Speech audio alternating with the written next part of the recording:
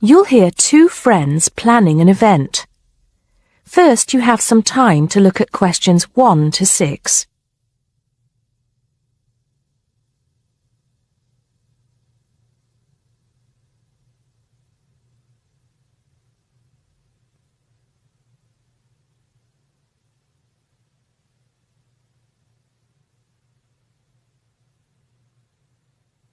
Now we shall begin.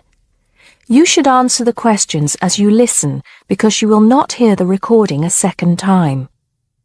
Listen carefully and answer questions 1 to 6. Hello, Joan. I'm glad you could come. Hello, Peter. What's up? Is something the matter? No, everything's fine. It sounded urgent on the phone. Did it? It's just that I've had this idea and I wanted to see how soon we could get it off the ground.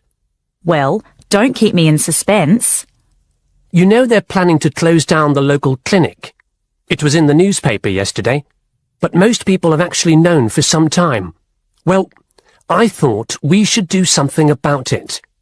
What did you have in mind? I thought we could organise a charity event and donate the money to the clinic. I know it doesn't sound like much, but it will show the local council how we feel and that we mean business. That'll take quite a lot of organising. Why don't we just hold a protest outside the town hall? A protest would take just as much organisation as an event like this. Besides, I think fewer people would turn up. A village fair or something like that would attract more people and get money for the clinic. People are more generous when they're enjoying themselves. OK then, it sounds good to me. How do we start? First, we put our heads together and come up with a list of people who'll be willing to help and people who can provide us with some of the things we need. For example, we might need a caterer to provide refreshments, a rock band for entertainment, tents and so on. Then, we do a lot of telephoning around and try to get everybody together at the same time in the same place. Sounds like a lot of work to me. But that's only the beginning. First things first, though. Let's decide now on who to get to the initial meeting and where and when to hold it. Fine. Well, the village hall would be the best place to have the meeting. It's not as big as the youth club, but it's warmer. There'll be no problem getting permission to use it, but I suppose it depends on how many people we invite. We don't want too many, otherwise the meeting will go on too long and nothing will get decided. But the village hall is a good idea. It's more official than having it in someone's living room. How many? 6 or 8 people to start with? 10 at the most?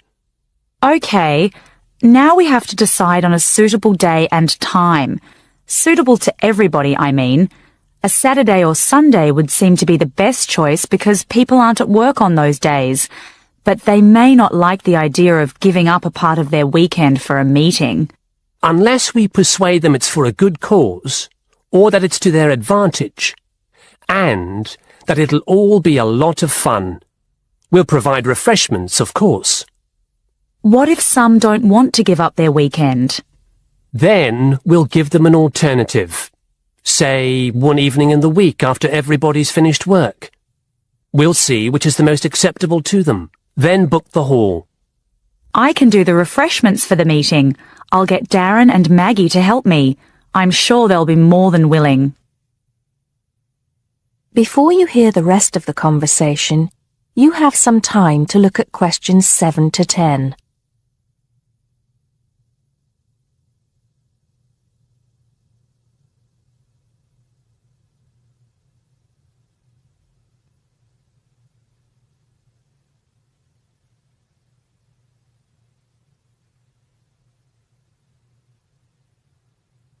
Now listen and answer questions 7 to 10.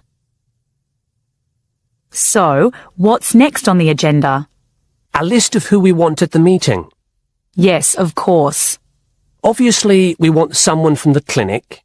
I think Dr. Perkins would be best. He can tell us exactly what the financial situation is there. You know, how much money it takes to keep the place running, and how important it is for the community to have the clinic. The vicar too. He can rally lots of support. And Mr. Sims, our Member of Parliament. He is very busy, but I think I can persuade him to come, or get his wife to persuade him to come. I see her quite a lot socially. That's great. 2 other people I have in mind are Freddie Smith. The journalist? Yes. Well, he's the editor of the local paper now, and might be useful. He might let us advertise for free, and he'll know how to go about getting leaflets and posters printed. That's another thing. We'll need volunteers to put leaflets through people's doors and stick up posters all over the place. We can decide that at the meeting. What about the other person? What other person? You said you had 2 people in mind, Freddie Smith and... Oh, yes, Mr. Gates. Mr. Gates. Do I know him? You must do. He owns Greatfields Farm. We need a large area to hold the fete. Right. So how many have we got then? 7 or 8? There's Dr. Perkins, Mr. Sims, that journalist. Freddie Smith, you mean? Yes, him. And the vicar and Mr. Gates, the farmer. That's only 5. There's you and me, that's 7. That will do for now. Let's start making phone calls. That is the end of part 1. You now have half a minute to check your answers.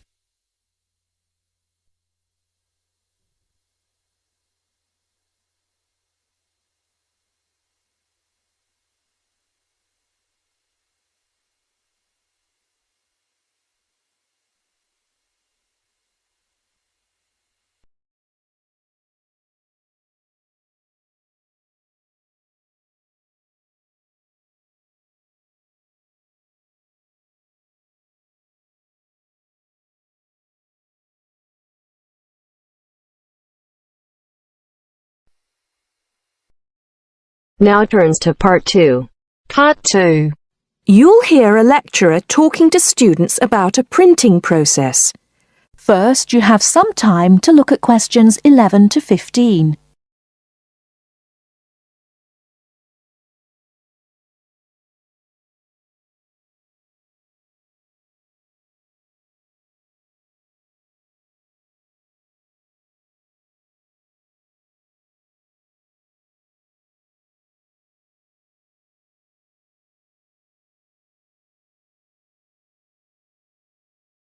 Now, listen carefully and answer questions 11 to 15.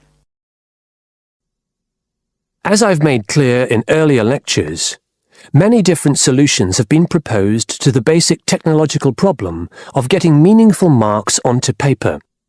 In other words, several different forms of printing have developed over the years, many of which are still in use today for different purposes. This week, I'd like to discuss the rotogravure process. This is one of the most widely used printing processes, and after describing how the process works, I'll be describing some of its industrial uses and the advantages and disadvantages of this form of printing.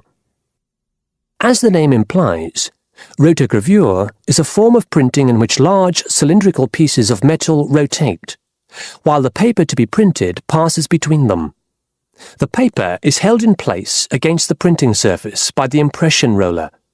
The weight of this roller is one of the factors that affect how much ink is actually transferred to the paper. Remember that this roller does not directly transfer ink onto the paper. The side in contact with the impression roller remains blank, and it's the other side of the paper which is actually the printed side. The impression roller presses the paper against the ink-bearing roller, generally known as the gravure cylinder. This roller is etched or engraved using either a laser or a diamond-tipped etching machine. This creates a large number of tiny holes in the surface of the roller which hold the ink. The depth and size of these holes determines how much ink is picked up from the ink fountain, which the whole printing assembly rests in. How much ink is picked up, in turn, determines the density of the image produced. As it rotates, the lower roller picks up more ink on its surface than is required, and this needs to be removed before contact with the paper. A flat edge, called the doctor blade, scrapes against the surface and removes all ink which is not in one of the holes on the surface of the lower roller. This should lead to a clean image. Before you hear the rest of the talk, you have some time to look at questions 16 to 20.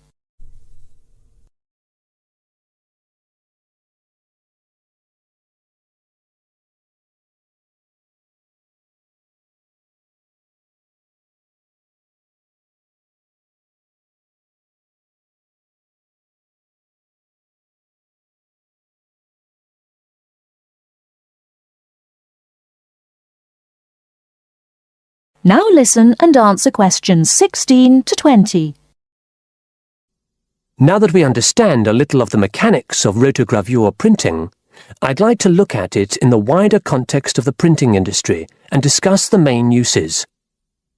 One of the main advantages of the rotogravure process is that the amount of ink which can be transferred to the paper is high compared to other printing methods. This means that a broad density range can be produced.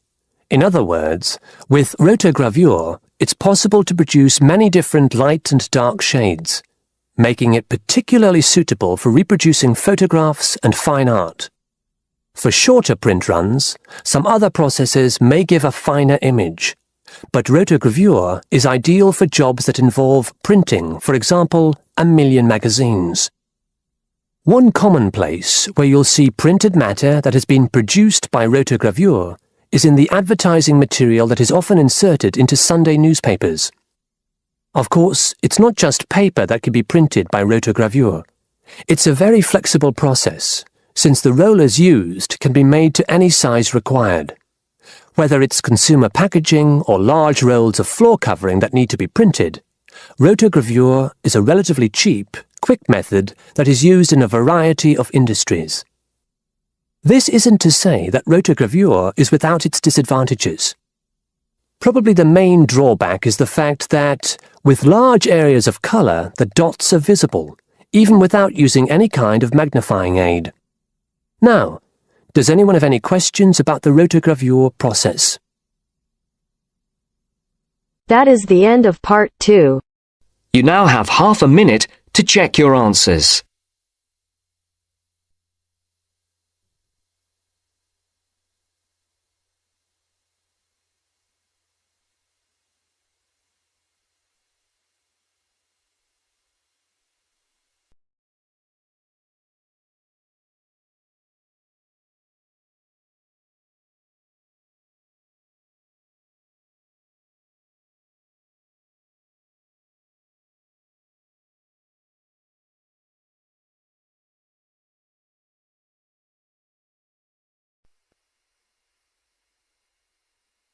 Now turns to part 3. Part 3. You'll hear a lecturer talking to students about America in the 1960s. You have some time to look at questions 21 to 26.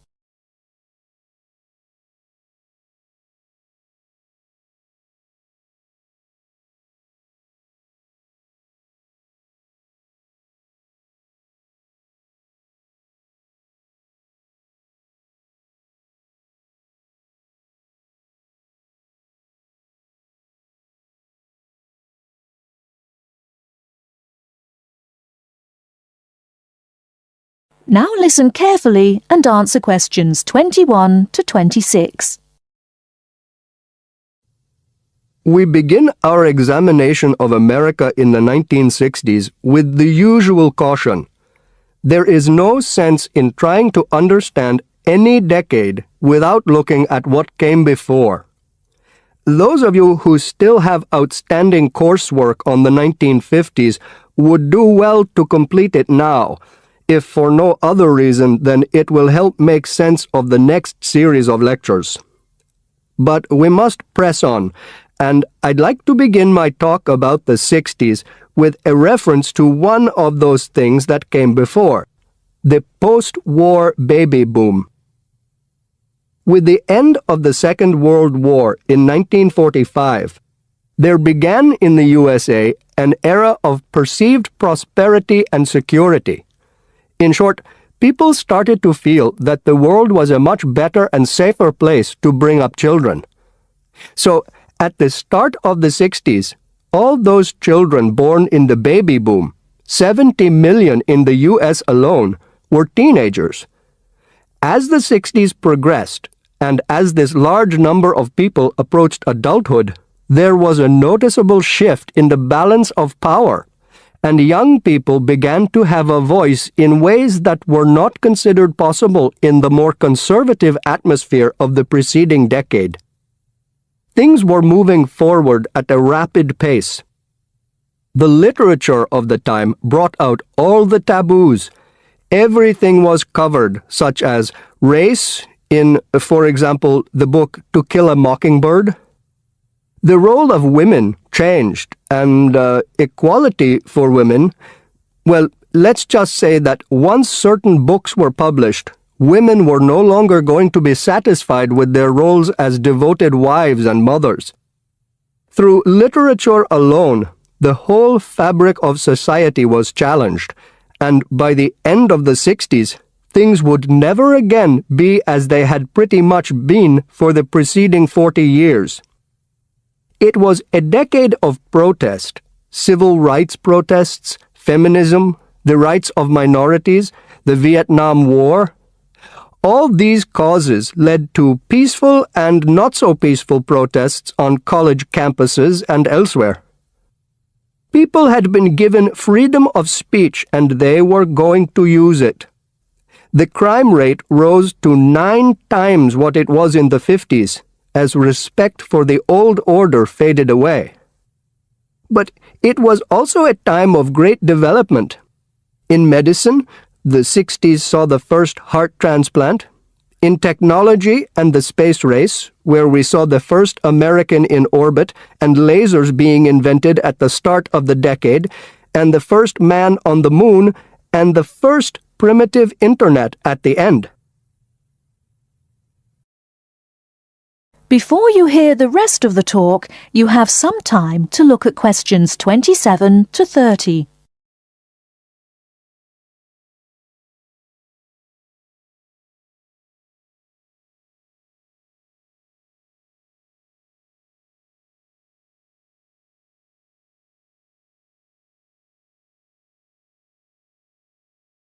Now listen and answer questions 27 to 30.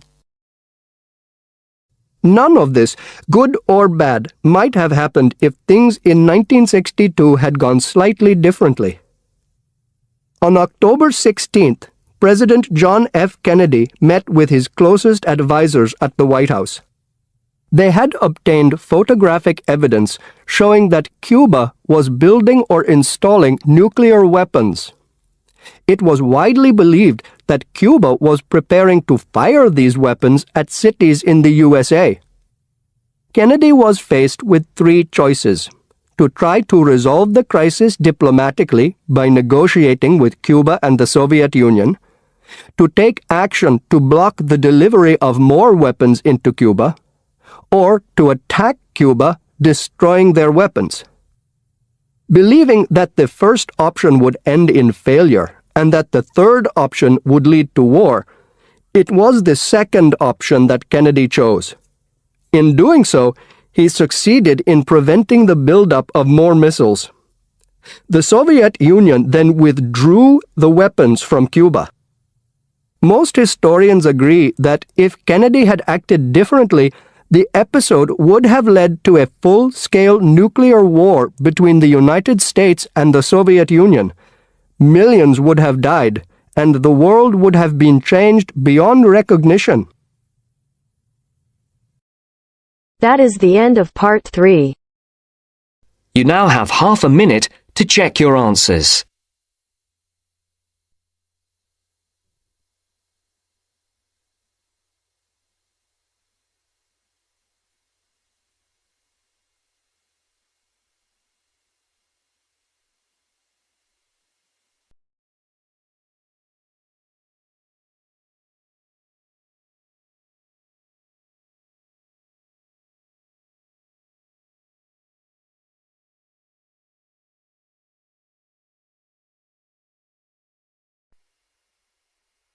Now turns to Part 4. Part 4. First, you have some time to look at questions 31 to 40.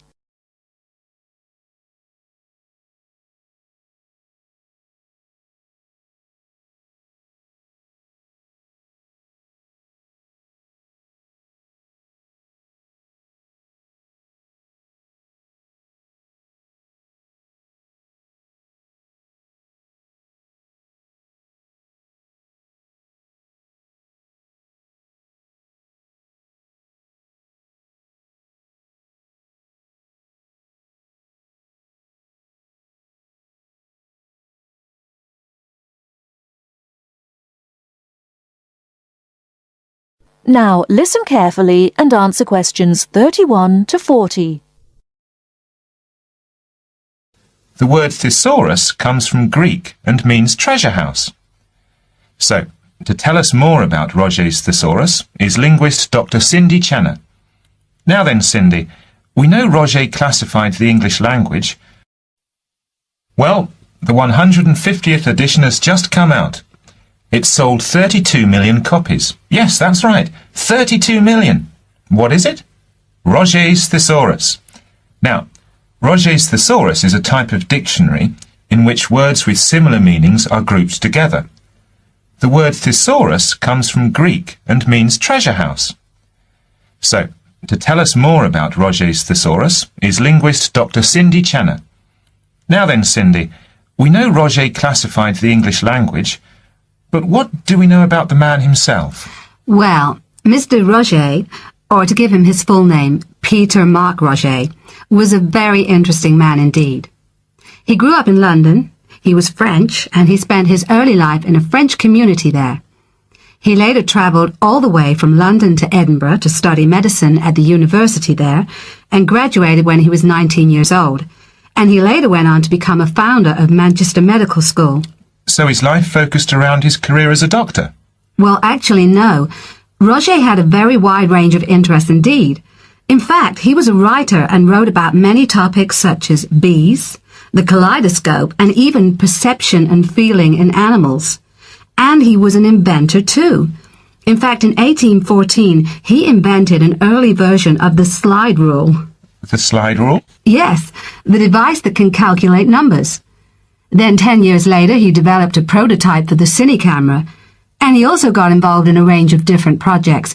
For example, he became head of a commission investigating London's water supply, and he developed a method of water filtration through sand. And he was involved in the area of education.